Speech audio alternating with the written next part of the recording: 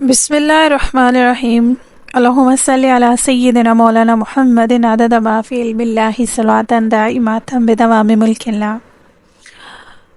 قرآن miracles دیکھنے اور سننے والوں کو السلام علیکم۔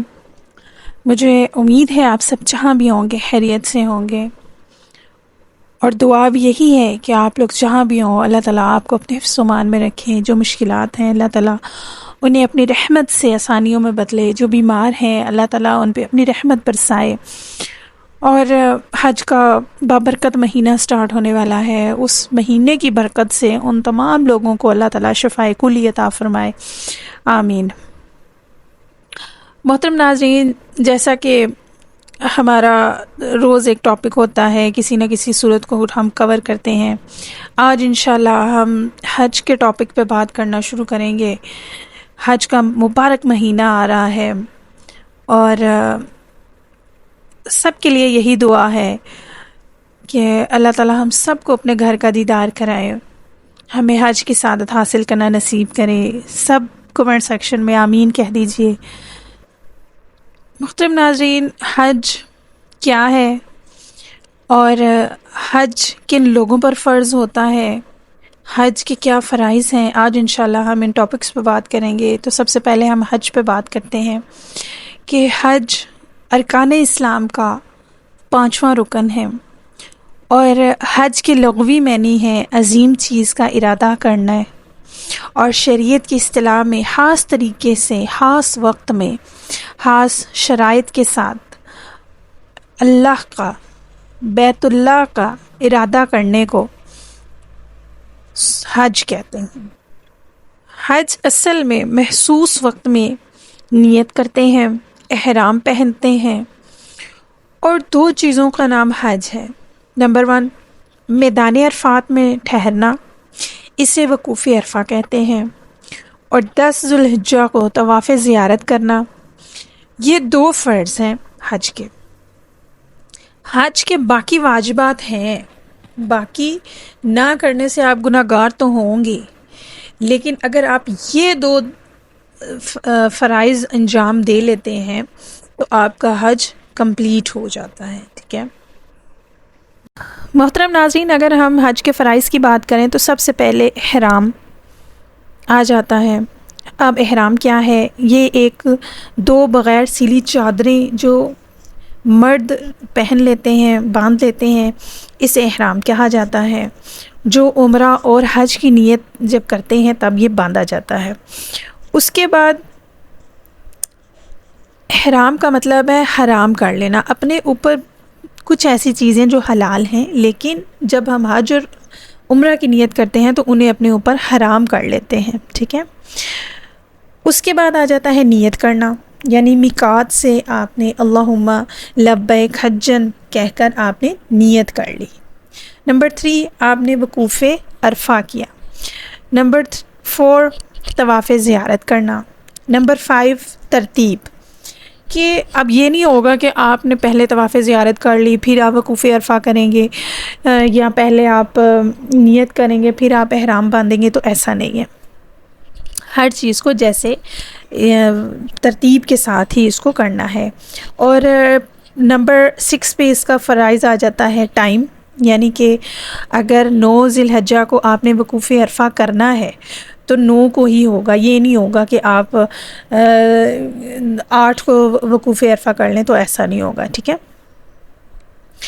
اور نمبر 7 پہ اس کے فرائض میں آتا ہے مقام، یعنی کہ یہ بھی نہیں ہوگا کہ آپ کہیں کہ شیطان کو کنکریاں مارنی ہے تو آپ اس جگہ پر نہ جائیں، مطلب اگر وقوف عرفہ کرنا ہے تو آپ نے میدان عرفات میں ہی جانا ہے، یہ نہیں ہوگا کہ آپ مزدلفہ میں کر لیں یا منی میں کر لیں، تو ایسا نہیں ہوگا۔ مطلب جو فرض جہاں پر لکھے ہیں وہ آپ نے اسی ترتیب سے اسی ٹائم پہ انہی جگہوں پر کرنے ہیں، ٹھیک ہے۔ حج کی فرضیت کے بارے میں قرآن عظیم نے ارشاد فرمایا، ترجمہ، اور اللہ تبارک تعالیٰ کے لیے لوگوں پر حج فرض ہے، ان لوگوں پر جو راستے کی استطاعت رکھتے ہیں۔ اس کا مطلب جن کو سفر حج کی طاقت حاصل ہے، جو اس کی استطاعت رکھتے ہیں، ان پر حج فرض ہو جاتا ہے۔ محترم ناظرین، اب حج جس پہ فرض ہوتا ہے اس کہ اس پر کیا کیا شرائط ہیں ان کو دیکھ لیتے ہیں. کہ ایک تو مسلمان کا عاقل ہونا بہت ضروری ہے، بالغ ہونا.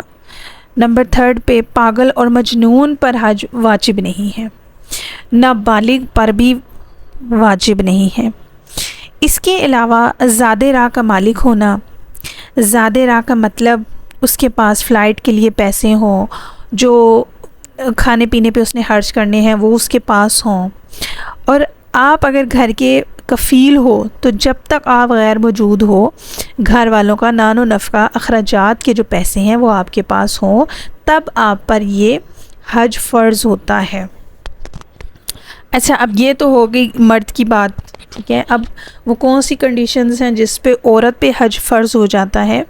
تو عورت کی بھی سیم کنڈیشنز ہیں، اور لیکن اس کا ایکسٹرا یہ ہے کہ عورت کے پاس، مطلب عورت نے جب حج پہ جانا ہوتا ہے تو اس کے ساتھ ایک محرم کا ہونا بہت ضروری ہے. اور اگر عورت کے پاس اپنے محرم کے لیے بھی اتنے پیسے ہو گئے ہیں تو پھر تو انہیں دیر نہیں کرنی چاہیے، بس انہیں حج پہ روانہ ہو جانا چاہیے، ٹھیک ہے. لیکن اگر ہم آج کل کے دور کی بات کریں تو عورت غیر محرم کے بغیر بھی حج اور عمرے پہ جا رہی ہے. اور جو عورت اللہ اور اخروی زندگی پر ایمان رکھتی ہے تو وہ 3 دن تک سفر اختیار نہ کرے، کیونکہ شریعت ہمارے نبی کی ہے. مطلب بات کرنے کا یہ ہے کہ وہ عورت 3 دن سے زیادہ، بہت زیادہ دور سفر اختیار نہ کرے اپنے محرم کے بغیر، ٹھیک ہے. کیونکہ شریعت ہمارے نبی کی ہے، اور جوان عورت کا بغیر محرم کے جانا صحیح نہیں ہے. ہاں، اگر کوئی عورت بوڑھی ہے، بہت عمر رسیدہ ہے، ضعیف ہے، جو جاذب نظر نہیں ہے، تو اس کے بارے میں کچھ گنجائش نکل سکتی ہے. اب اس کا تندرست ہونا، اور اگر تو وہ تندرست ہے پھر تو ٹھیک ہے، نظر اسے آتا پھر بھی ٹھیک ہے، اس پہ حج واجب ہے. اگر کوئی نابینا ہے تو اس پہ حج فرض نہیں ہے. اب ہماری فیملیز کی اگر بات کی جائے تو سم ٹائمز ہوتا ہے کہ بہو پہ حج واجب ہو جاتا ہے، بیٹے پہ واجب ہوتا ہے، والدین پہ واجب نہیں ہوتا، یا والدین پہ واجب ہوتا ہے. تو ہم لوگوں نے کیونکہ ان باتوں کو کبھی اتنا غور سے نہیں دیکھا، ایک ٹرینڈ ہے کہ جب بوڑھے ہوں گے تو ایک ہی دفعہ حج پہ جائیں گے. تو ایسا نہیں ہے. کوشش کریں جو صاحب استطاعت ہیں، جب وہ سمجھیں کہ ان پہ وہ صاحب حیثیت ہیں، تندرست ہیں، وہ جا سکتے ہیں، تو پھر آپ دیر نہ کریں، کیونکہ حج تو فرض ہے، ٹھیک ہے. تو پھر ہمیں نبی صلی اللہ علیہ وآلہ وسلم کا فرمان ذہن میں رکھنا چاہیے، جو بخاری میں روایت ہے کہ نبی صلی اللہ علیہ وآلہ وسلم نے فرمایا، جس نے حج کیا، فحش کلامی اور گناہ سے خود کو روکے رکھا، تو وہ گناہوں سے ایسا پاک و صاف ہو کر لوٹے گا جیسے آج ہی اپنی والدہ کے پیٹ سے پیدا ہوا. یعنی اس کے تمام صغیرہ و کبیرہ ظاہری باطنی گناہ معاف ہو جائیں گے. محترم ناظرین، حج کی بہت فضیلت ہے، اور اس سے زیادہ مطلب ہمیں کیا چاہیے کہ اگر آپ جب اللہ کے گھر جاتے ہیں اور حج ادا کرتے ہیں تو اللہ تعالیٰ آپ کو گناہ سے بالکل پاک صاف کر کے واپس بھیجتا ہے. تو زندگی میں جب بھی موقع ملے، آپ کے پاس اتنا سرمایہ ہو، تو فوراً سے بیشتر حج کر لینا چاہیے. اور آج یہی دعا ہوگی جو مجھے سن رہے ہیں، دیکھ رہے ہیں، کہ اللہ تعالیٰ ہم سب کو حج کی سعادت حاصل کرنا نصیب کریں.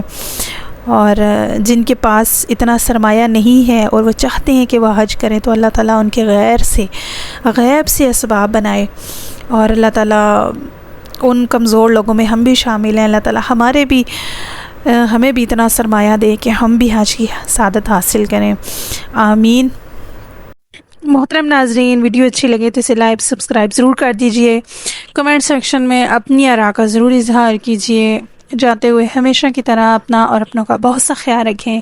اللہ نگہبان.